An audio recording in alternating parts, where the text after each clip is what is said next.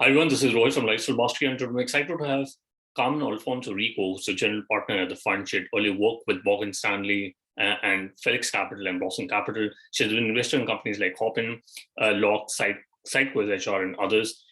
She is looking to launch a new fund, which is Cocoa.vc. A big thank to Evgenia from Tron Capital for the introduction. Welcome to the show, Carmen.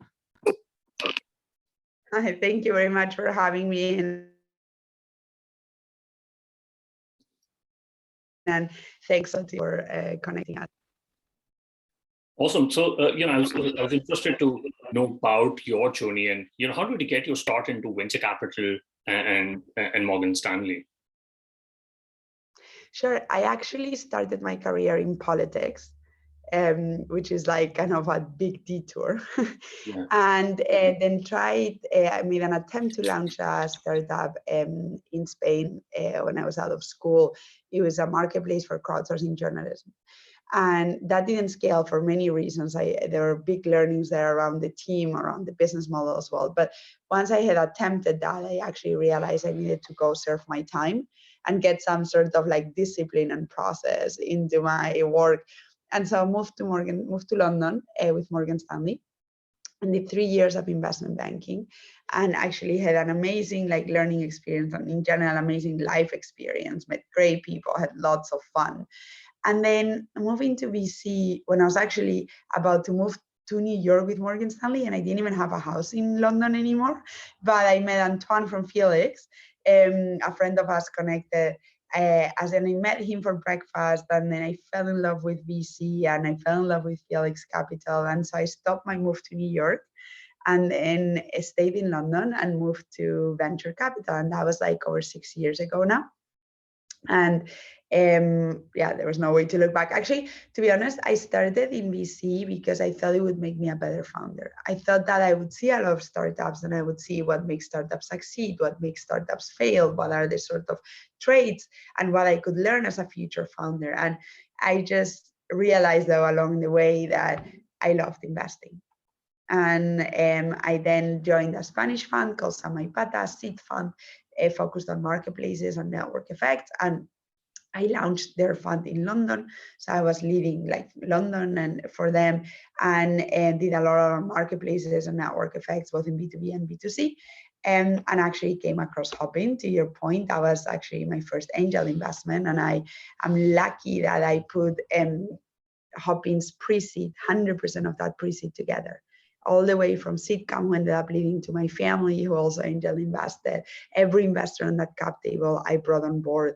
And I did something else because I wanted to help Johnny. And so I helped him the way I could with the skills I had, which were build him a cap table, review the term sheet, very VC skills, but that I was applying as an angel. And back then I wasn't necessarily aware of what I was doing, but I loved it. And so I started, as you mentioned, this little micro fund called the Fund.vc. I started the London branch. The founders had already launched in New York and LA, and I co-founded the Fund.vc London. And basically the Fund.vc is a community of founders and operators that has an investment arm. And so we invested $50K checks into pre-seed companies. And we've been doing that for the last 18 months. I have an amazing portfolio of 20 companies, and that allowed me to continue working with founders as an angel, while I was a partner at a Series A fund called Blossom, and I was leading some Series A investments. And it is then with the two perspectives in the market that I actually realized, one, I love working like an angel. Two, there was value in working like an angel, but bringing on the VC expertise. And third, that there was probably an opportunity in the market to do so. And so I left Blossom, and with my partner, Anthony, we've launched Cocoa, which is a 15 million micro fund that, and we like to say, we're VCs turned angels. So we invest angel checks, and there's no friction in allocation. This is 100 to 250K pounds. And we bring on the VC expertise and network because we've been VCs. We know how VCs think, how VCs operate. And our aim is to become the in-house VC for founders while they're raising their first round, but also afterwards. We want to be the person founders come for any independent investor advice they need. When they need unfiltered, neutral investor advice, we want to be there for them throughout their journey. And also we collaborate with other investors because we don't compete. We just want to be in working with the best founders and the best investors. And so that's more on like what I'm up to and how I got here. And from an investment thesis perspective, I like to say that I look for businesses that have insane customer love. And by the way, very happy to talk about Hopin's thesis, but that was pretty much it. And the idea is customer love can be found in B2B and B2C, and it can be measured in very different stages across the, like very different ways across the different stages of a company. But it is this fundamental idea that if your users, if your customers love your product, love the experience so much that they gather around it, they build a community, they interact through it, they refer each other, that's actually a super, super strong driver of organic growth and a very high barrier of entry. So it's very fascinating to me that on something that's almost like an emotional connection that you establish with the product and the experience, you can build a highly scalable and defensible business on top of this. And you might have figured from my name and my accent, which I cannot escape, I'm very happy not to, that I'm from Spain. But actually, I was partly raised in Germany. So this idea of emotional connection, but defensibility, scalability really fits like the two personas in me. Yeah, no, I think there are a lot of interesting points that you talked about, especially your journey with Morgan Stanley and Felix Capital and Blossom and finally the thesis of the fund. I wanted to understand, did your time as an operator in Morgan Stanley help you become a VC, or do you think a lot of young professionals who just passed out of the university or college should they work in as an operator for some time before they want to think about a career in VC? I think everybody wonders like what gets you into VC and what's the best optimal way. And my thing would be there's really no way, because I did such an off journey into VC, right? And most of us, some come from banking, some come from startups, some come from completely even more random places. And I think to me personally, Morgan Stanley was incredibly useful because especially on soft skills, like the hard skills, the knowledge that I got there on like the industry, I was doing financial institutions, like during Basel III, which is a European regulation post-crisis on capital requirements of banks. Never used it again, never. But the idea, like the soft skills that I acquired, on the quality of the deliverables, and on the like attention to detail, even that ability to also learn how to work very hard and help your peers, but also stand your ground on things that are not your problem, like push back, like a lot of like be strong in like, getting people to do what you need them to do, like manage. It was amazing. Like in terms of soft skills, it was the most valuable experience I've had so far. And actually, Anthony, my partner, likes to, my partner at Cocoa, he loves to joke about this. He called it my Morgan Stanley training.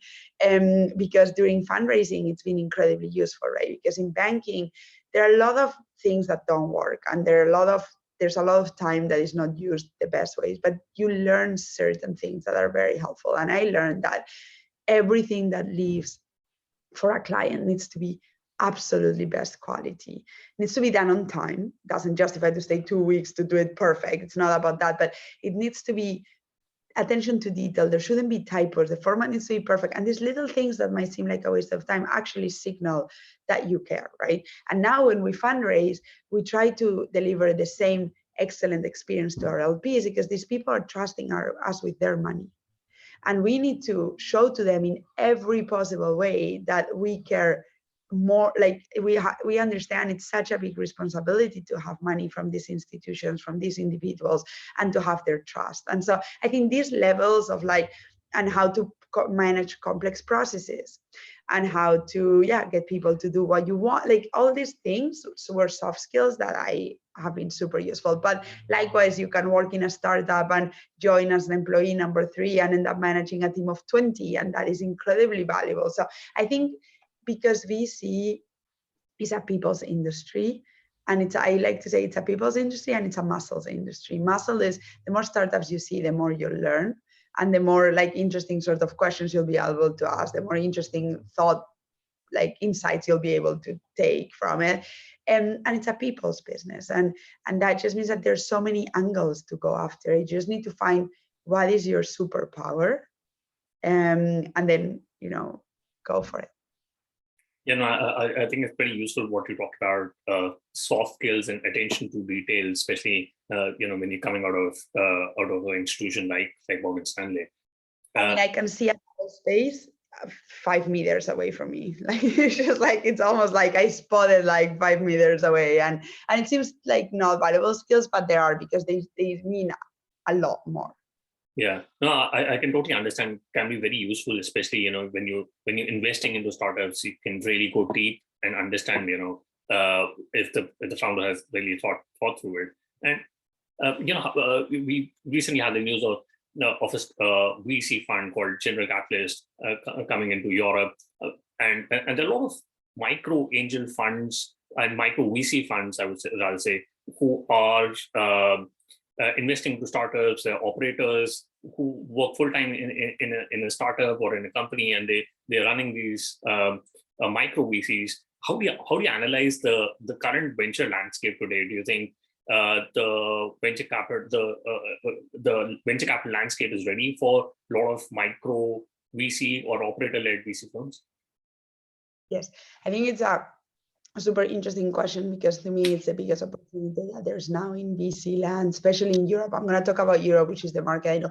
And apologies if I'm coughing. I've got this very well-known and famous virus that doesn't let us go for like 2 years. But COVID aside, I think it's the most interesting phenomenon happening right now.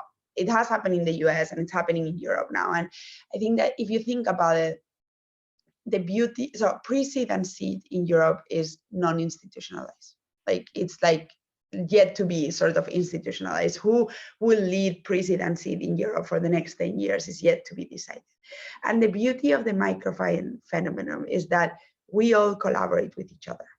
We don't compete. And if you look at the market, what's happening now, and I'll share sort of my view of it.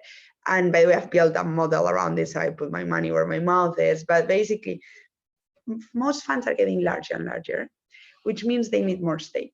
This is a virtuous cycle. Like rounds are getting there's a lot of money to deploy, so rounds are getting larger. So you need larger funds, and larger funds mean you need more stake. Why? Because if you look at the economics of a fund, if I have a 15 million fund like Cocoa, and I have 1% ownership at exit, I need a company to be $1.5 billion in outcome for me to make $15 million, i.e. for me to return the fund, which is what I look for when I make an investment. If I have a 400 million fund and I own 1% at exit, I need a company to be 40 billion at exit for me to make 400 billion. I need to be a fund returner. The likelihood of a company to be 40 billion at exit versus 1.5 billion is very different, right? So what can I do as a 400 million fund? I can try to get a higher percentage at exit, so that if I have a 10% at exit, I need a company to be 4 billion, right? For me to make 400 million. So it is more likely that a company is 4 billion than a company is 40 billion. So I'm always going to try to get as much percentage as possible, because that's going to increase the probability of me actually, of a company being a fund returner. So larger funds mean more stake. The problem with more stake means that it brings more competition, because every percentage that you win is a percentage that I lose. And I'm going to fight for every percentage with my life, because the probability of it to be a fund returner depends on that stake. And so that's what's happening in the main market. And then you have micro funds that go and be like, actually, you know what?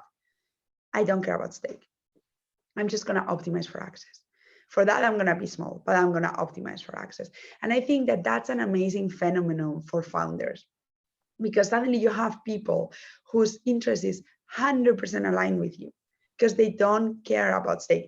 Stake helps, but their whole model is not based on capturing stake.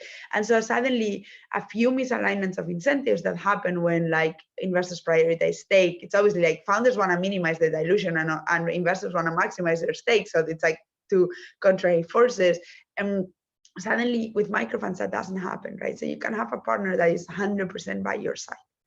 And then from a returns perspective, it is very, very interesting, not in absolute amount deployed, because microfunds are so small that they don't allow you to deploy larger amounts of capital, because in 15 million fund as an LP, you're gonna be able to put $1 million, $1.5 million, no more. But in terms of returns of that capital invested, it is unparalleled compared to a 400, 800 million, 1.5 billion fund. Why? Because of the same dynamics that we explained. It is much harder, it is easier or like more likely to believe that you're going to be invested into a lot of companies that are going to be $1.5 billion, so you're going to be able to return the fund multiple times, than to believe that you're going to find many companies that are going to be 40 billion. Especially because, given that I don't care about stake, I don't win or lose a deal. I can optimize for being into every deal that I want. If I need 10 or 15%, I'm going to win one, and I'm going to make a lot of money in that one if it does well, but I'm going to lose other 10.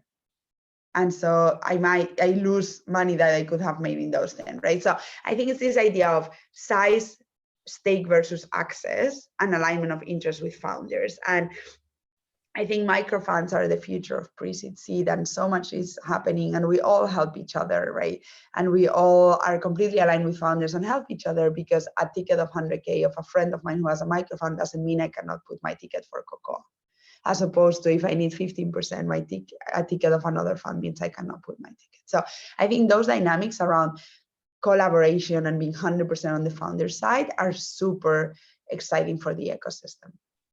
Yeah, no, absolutely. You raised some very important points, and I think you're absolutely right that the European market is ready for operator-led and micro VC funds, and especially for pre-seed, I wanted to understand, what do most investors get wrong when it comes to market sizing? What they get around, like how they look at market size? Correct. A lot of founders talk about $1 trillion market, but where do investors go wrong when they deep dive into the correct market size? Market sizing is very important, because you ultimately need to believe that this company, let's say I'm a 400 million fund, I ultimately need to believe this company can be a $4 billion company for me to get a fund return. So if the market is 2 billion, that's not going to happen, right? Again, it's just, you will need to capture 100% of the market share, and it's just, so market sizing is very important. Now, it's not about a trillion sort of market, typically, like, it's never a trillion. It's about, I think how I look about the market is, I'll do my own market, top down, bottom up market sizing. I'll understand like how likely, and I'll give you an example about how likely it is that a company can get to like be a very large outcome in the market that they're operating, or in the market that they will operate. Sometimes it's not a big market yet, but you believe that it's a growing market. I have some investments into VR, right, from a couple of years ago, where VR wasn't a big market, but you can make a bet that they will grow eventually. Question there becomes how soon enough or not, right? Is it going to be within the period that it has to? But if you, it's also like how I look at market sizing as well, is to understand how founders look at the market, and if they really understand their market. It's very useful. A lot of the DD you do at pre-seed around the business model, the market, is also a lot on founders. Like, I don't take their business model as like face value, and I think that's going to happen. The likelihood that that business model ever becomes a reality is like close to zero. But I like to see how they think. I like to see their ambition. I like to see their understanding of the market and their understanding of their model. And I like to see whether they have common sense. And so I look at that as such.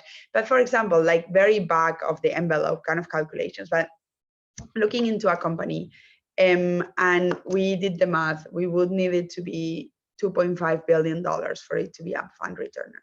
So we went on to the market size. The market size is humongous, sure, but I went more onto a bit more specific, bottom up, top down, but also a very cool, like very quick metric, which is, okay, so how many companies in the space are at multi-billion? Not competitors, but in the space, like multi-billion. And you find quite a few at 10 billion, 12 billion. I was like, okay, I can see this.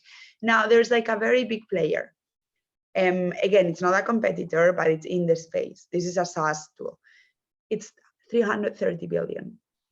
Okay, so ideally this company IPOs, but if they were not to IPO, what are the the acquisitions in this market type? Like, there are multiple acquisitions at 5, at 7 billion. Yes. So I have enough to believe that given the market sizing I've done and given the market dynamics, I can believe this company can be 2.5 billion or above. And it is important, and this is why the 1 trillion sometimes is a vanity thing. It's like market size and market dynamics, because there are structures sometimes in the market that just won't allow you to become a multi-billion-dollar company, right? Except if you find like a different way. But let's think, for example, direct-to-consumer brands, which I've done a lot, there's always this question around, can they scale? Can they become big enough to be a venture backable business, right? And the reality is like, well, it depends on many factors. And if you think about beauty, for example, in beauty, exit multiples are 8 to 10x. Why? Because they're like 8 to 9 super cash rich acquirers that will pay $1 billion, $2 billion, $5 billion, very hard to see in beauty, but $1 billion, $1.5 billion.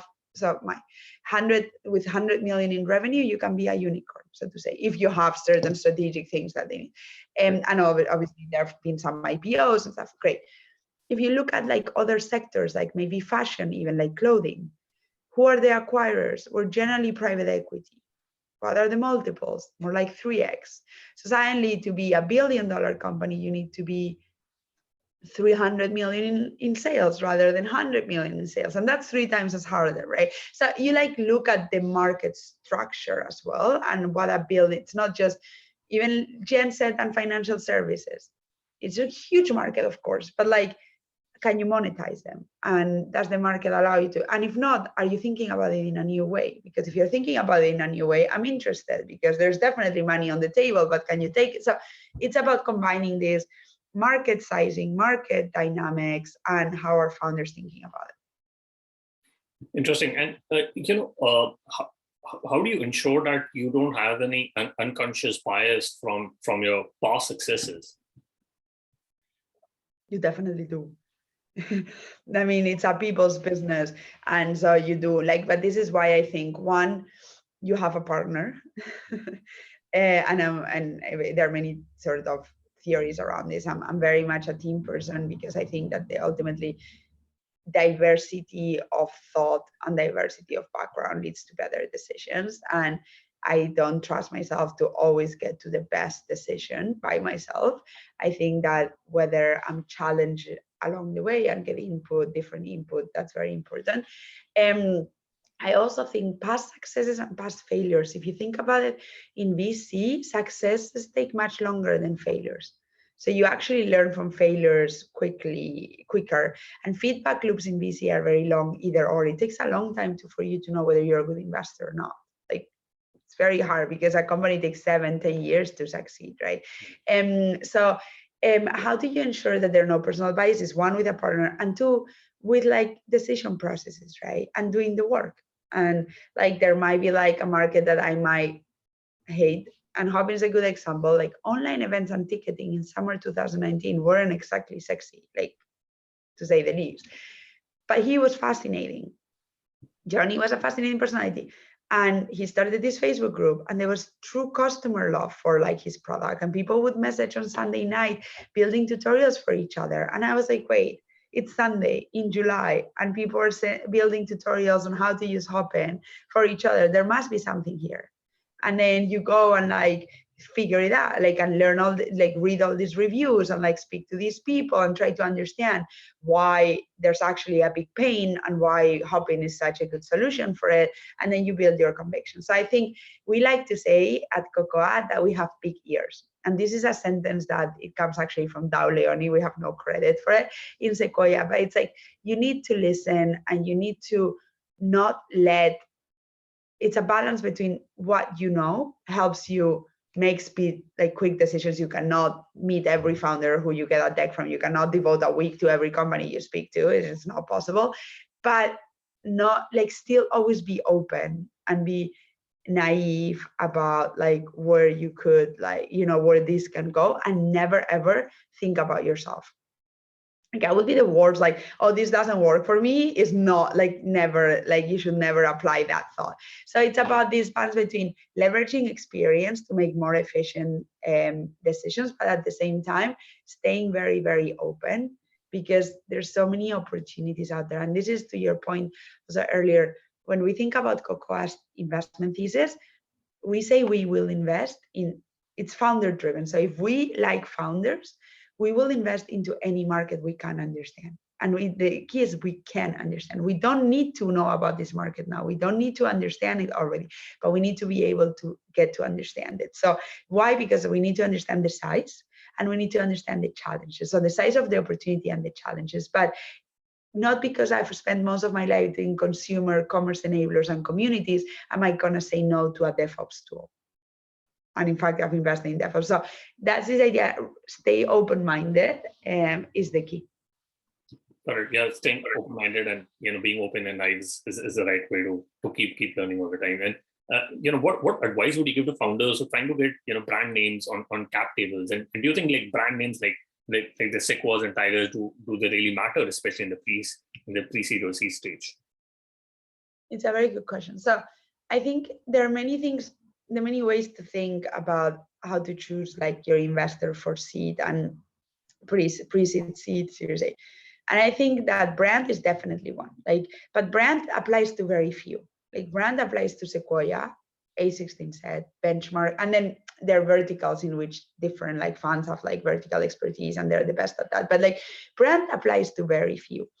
And in some cases, it's not a self-fulfilling prophecy, but it does help. If you have Sequoia in your Series A, you have better chances to raise a Series B, for sure. You still need to execute though, but it helps. Like, of course, but there's much more to it than brand, right? There is like personal fit, which is very important, and you should never underestimate.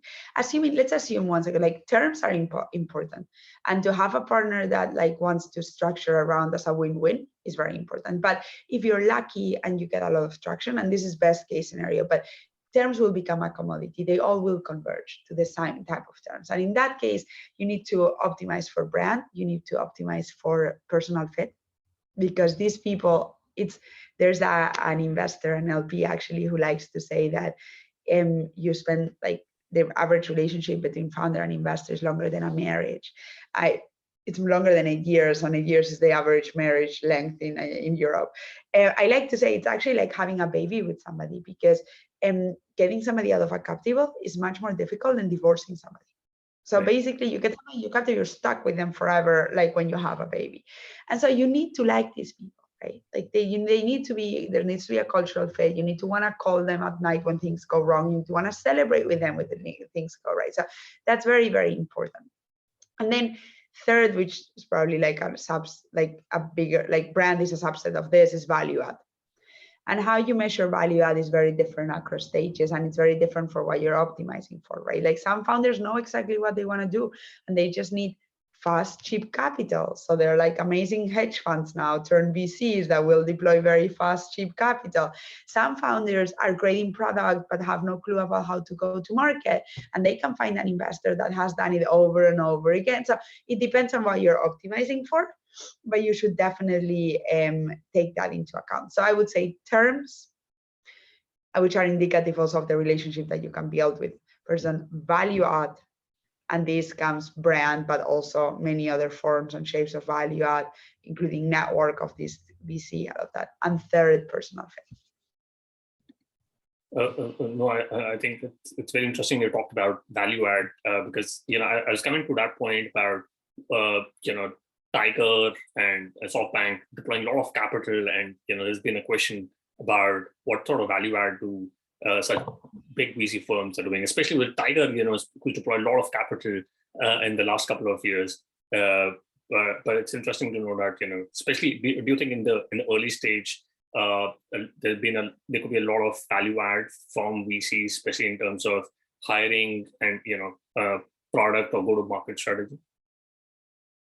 So, I mean, there's the eternal question around the VC value add, right? And I think, again, keep going back to this. This is a people's business.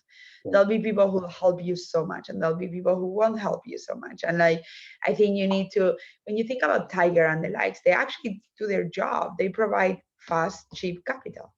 And as a founder, if you're a third company and exactly, that's perfect, right? So like maybe if you're like lost, like a fish in the desert and need a lot of help, maybe it's not, and hand holding, it's not your VC. But with value add, I think rather than specifics on how they can value add, I think there are ways in you can measure the likelihood that they will add value or the likelihood that they'll stand by you. So one of them is skin in the game, right? And I think skin in the game is very important, and you measure it two different ways. You need to understand if you are a 1 million ticket in a 1 billion fund, you're tiny for them. You're a 1 million ticket in a 10 million fund, you're a huge ticket. So it's not about the size of the ticket, it's about the size of the ticket relative to the size of the fund, right? So how much do they have at stake? Now, that second way to look at skin in the game also, and we've mentioned it earlier, is the stake that they own of your company. Why? Because if I own 1% versus I own 10%, the likelihood that you become a fund returner is 10 times higher if I own a 10%. So when my time is limited, it's not I'm a bad person, but I will probably likely more devote time to companies where I own 10% than to the company I own 1%, right? And so in that, you need to figure out typically what's their average ticket size, and typically how much percentage do they own in companies. Because if they always own 1%, then yes, it's the same. But like, you don't want to be the company where they own 1% if they generally own 10%. So I think skin in the game. And then third, actually, and I always say, it's an emotional value, emotional like connection thing. So you also need to do, as a founder, involve investors emotionally, because there's a rational part of them which will be calculating how much money they can make out of you, and therefore, or with you, and therefore how much value they should add, or how much time they should devote. But there's also an emotional part of, I like this founder, I like this company. It might be irrational, but I want to help them, and you need to play that as well. But I think that's probably the most objective way to measure potential of value add. And the second thing that I always tell founders to do is DD your investors. Talk to companies that have been invested by them, reach out, call to them, and actually, if you can speak to people, so to founders where things went wrong, and those were the backers, that's the best kind of DD. Then on the specific value add, look, like, it really depends on the investor. Me, and I'm going to be fully transparent, am I going to be the best person helping you build a product? I doubt it. I've never built a product. Like, am I going to be the best person helping you build an engineering team? Well, I've never built an engineering team, so no. Am I going to be the person who can connect you to people who know how to do it? Yes. Am I going to be the person who you can rehearse with how to fire your first, like, the employee that you want to fire for the first time? Yes. So my superpower in this case on how I add value is by becoming this, like, trusted confidant of founders, and this person they come to for anything they don't know where else to go, or they don't even know where to start. We'll figure it out together. I'll never have the answer, probably, because I haven't built 5 companies and exited them, but I'll have a framework on how to think about it, and I'll have the people we can go to ask. So it depends. Others are amazing in building products because they've been head of product at Dropbox, head of product at Snap. So it very much depends on the person. I think that's pretty useful. Where you talked about, how a VC can add value, especially in reference to their part experience and what they can bring onto the table for a founder. And Hopin would be one of your biggest winners. I want to understand, what do you think has been one of your biggest misses? Very good question. Sorare.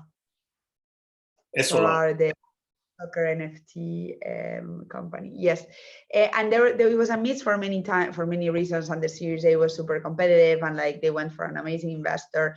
But I actually saw it. It wasn't me leading, but I didn't spot the opportunity previously at Seed. And I think the mistake I made there, and it's a mistake that we've mentioned earlier before, is I thought I knew a lot about the football soccer market. And so I looked at it from the angle of almost like a media rights business. I don't know how familiar you are with Sorare, but basically it's NFT cards with soccer players. And back then, my thought process, because I know soccer teams and I know how they deal with media rights on TV and stuff, the thought was like, no way a soccer team is gonna allow anybody else to make tons of money out of the rights of their players, right? And I didn't look at it like a crypto business. It was 2.5 years ago, but I made that mistake. So I guess that is my biggest miss so far. Yeah, no, I think that's super interesting. You talked about it, and especially founders, because there are a lot of early stage founders or listeners. What advice would you give to them if they want to hack into their first round of funding and if they want to connect with VCs? Yeah, I mean, there are many, and we've discussed some of the points on how to think about your cap table and what to optimize for. But when it comes down to reaching out to VCs, I think a few things. One, do your work on who's relevant. Because if you're doing like a deep tech, open source, like DevOps thing, don't go to like a consumer fund, because like that's a waste of time for you, it's a waste of time for them, and it's just like doesn't look great, so to say. So do your work on who you want to target, and then try to get actually warm interest. And I know this is difficult, and of course reach out on LinkedIn and on Twitter, and it might happen, it might work, and I've spoken to many companies that I got called. But the reality, and we can discuss whether this is right or wrong, but it's the reality, so it might be useful to understand so you can hack it, is that any investor, any VC investor gets really like hundreds of companies a month, right? And at the end of the day has 24 hours, and we fundraise because we raise money as well. We are in that, we're like founders, we raise money, right? Which is great exercise and very humbling. So you raise money and you take care of your investors. You also take care of your invested companies as portfolio, and you look for new deals. So the span of attention that you have is like limited. So you need to think as a founder, how do you call the attention? So cold deck on LinkedIn that is 50 pages long and where I actually scroll through quickly and don't get the key message is not going to make it, because so my advice would be try to get an entry point warm and always be very snappy, have the key messages come across so that actually in a scroll of the eye, the investor is like, oh, this is interesting, I want to learn more. You need to find that hook so that an investor wants to learn more. And the good thing, the advantage you have is that we're all VCs, because if there's one thing we have is intellectual curiosity. So it's easy to make us buy, but you need to make us buy, because there's so much information that we have that we cannot process, that you need to be smart about it. So don't make it long, don't make it detailed, just tease us and make us want to know more. And obviously, if you cannot find a warm contact, do it through LinkedIn, do it through Twitter, but keep that like tease kind of aspect to it. And then think that like that throughout the process, right? You want to make sure that after the first meeting, the first call, the investor walks out with the 3 key messages that you want them to walk out. And you want to obtain feedback from them, because even if it's a no, you can get some value out of it. So push for feedback. Some will give it to you, some won't, because it does take time, because it sort of also limits their flexibility in the future. If they tell you, oh, if you do A, B, C, D, come back, and then you come back and they still don't want to invest. So like manage that sort of dynamics, but try to get feedback. And my biggest advice on all this is run your round as if it was a B2B sales process. This is a sales funnel. You feed the top with investors, you bring people down the funnel up to term sheet. And you need to push people down the funnel or out of the funnel, because I know early is actually very valuable as well, but think about it as a B2B sales funnel. And if you're in a very privileged position, and this doesn't apply to everybody, create FOMO. But this obviously depending on how your funnel's going, you can then play FOMO, right? Let's say you've got to Sequoia and you've got to A16Z and it's going amazing, but your dream is Benchmark. Well, you're about to get a term sheet from Sequoia and you're about to get a term sheet from like an index, let's say. You can ping A16Z and be, by the way, we're close to term sheet, like maybe not say by whom, but like, and push people down the funnel so you get all the term sheets to choose. This is a very privileged, extreme position to be in and very rare.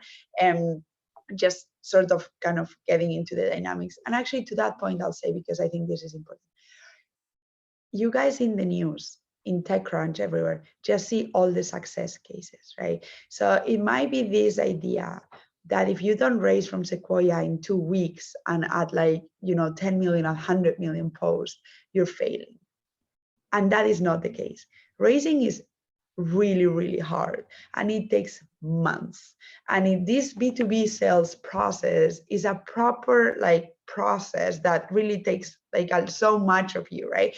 And it's not an immediate thing, and it's not a walk in the park. And I've had founders who've spoken to 75 investors to get one yes. And I keep telling them, all you need is one yes. Do not give up. It's very hard to not give up when you've got 70 no's, right? And when you've got people almost over the line, but then they decide that no, actually not. And you need to start from scratch. So that is the reality. The reality is not the 10 million or 100 million posts led by Sequoia and decided over a weekend.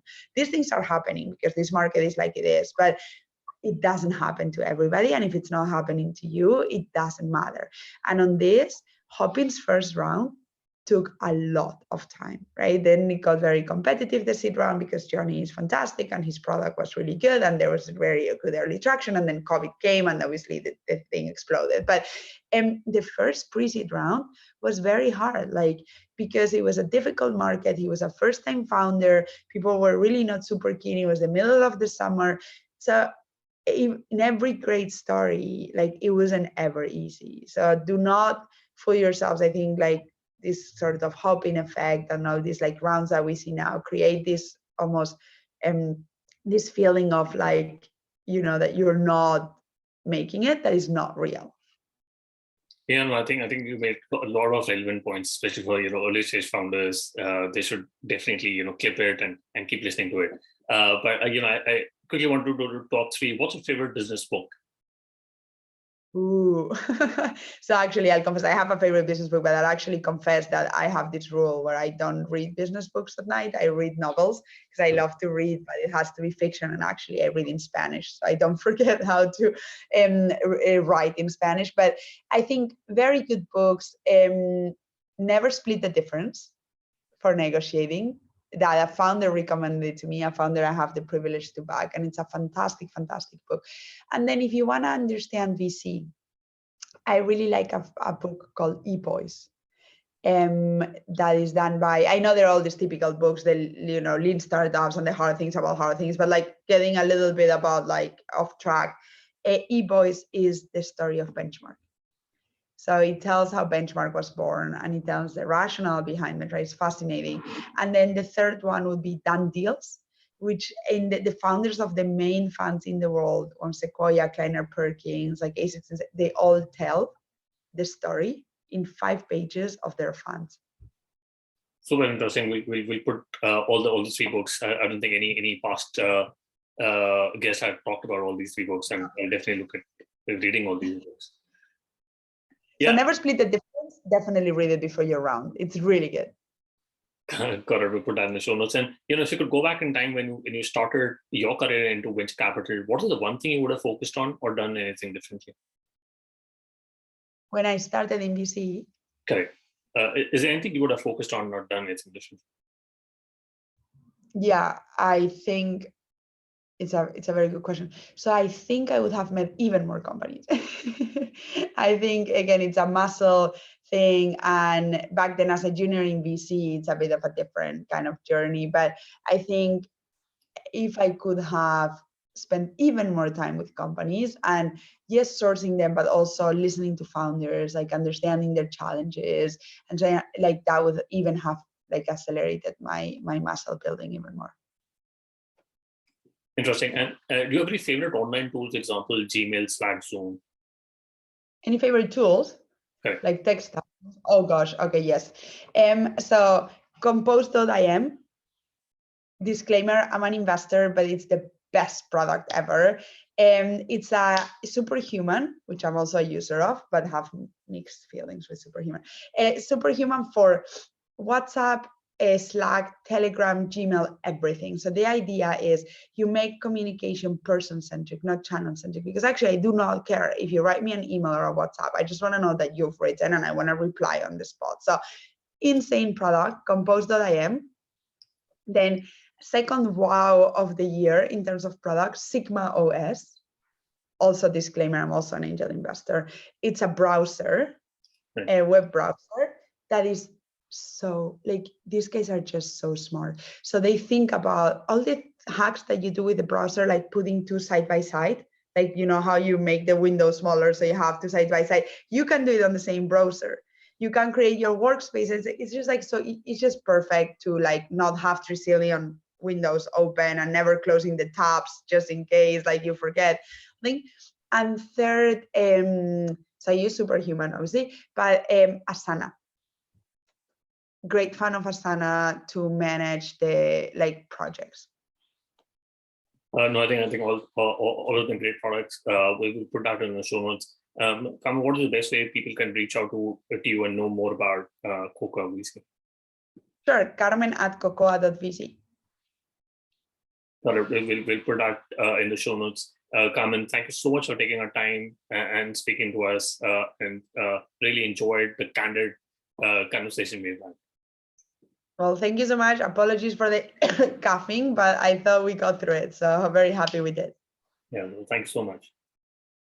Perfect. Have a lovely Merry Christmas and Happy New Year.